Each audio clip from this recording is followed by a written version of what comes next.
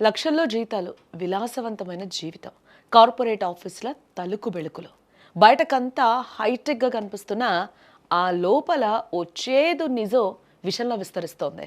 పాశ్చాత్య సంస్కృతి మోజులో పడి క్షణిక సుఖాల కోసం వెంపర్లాడుతున్న కొందరు ఐటీ ఉద్యోగులు ప్రాణాంతకమైన హెచ్ఐవి బారిన పడుతూ ఉన్నారు. న్యాకో తాజా హెచ్చరికలు ఇప్పుడు ఐటీ కారిడార్లో గుబులు రేపుతూ ఉన్నాయి.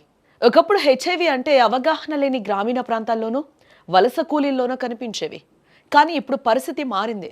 వీకెండ్ కల్చర్ పేరుతో ఐటీ యువత పాశ్చాత్య జీవన శైలికి అలవాటు పడింది. వారాంతంలో పబ్ పార్టీలు, రేవ్ పార్టీల పేరుతో విచ్చలవిడిగా వ్యవహరించడం ఎక్కువైంది.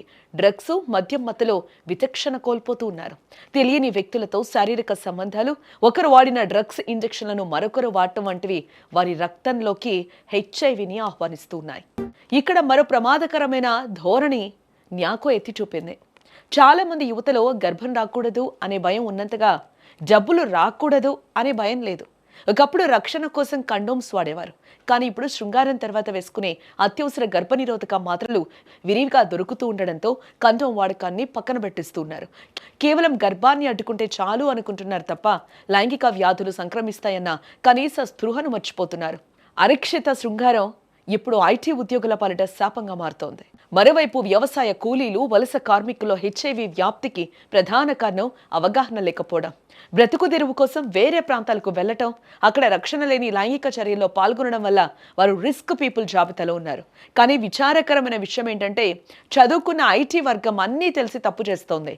జీవన శైలి పేరుతో డేంజర్ జోన్లోకి వెళ్తోంది. నేడు పొట్ట కోసం కూలి పని చేసే వాడికి తెలియకపోవచ్చు, కానీ ప్రపంచాన్ని వేలితో నడిపించే టెక్నాలజీ తెలిసినా మీకు తెలీదా? జీతం ఎంత పెరిగినా జీవితం చేజారిపోతే విలువ ఉండదు. పార్టీలు, ఎంజాయ్మెంట్ తప్పు కాదు, కానీ పరిధి దాటితే అది ప్రాణాల మీదకి వస్తుంది. క్షణిక ఆనందం కోసం రక్షణ లేని శృంగారానికి పాల్పడితే భవిష్యత్ అంధకారం అవుతుంది. హెచ్ఐవి ఇంకా అంతం కాలేదు. అది మన అజాగ్రత్త కోసం పొంచి చూస్తూనే ఉంది. ఇకనైనా మేల్కొందాం, సురక్షితమైన జీవన శైలిని పాటిద్దాం.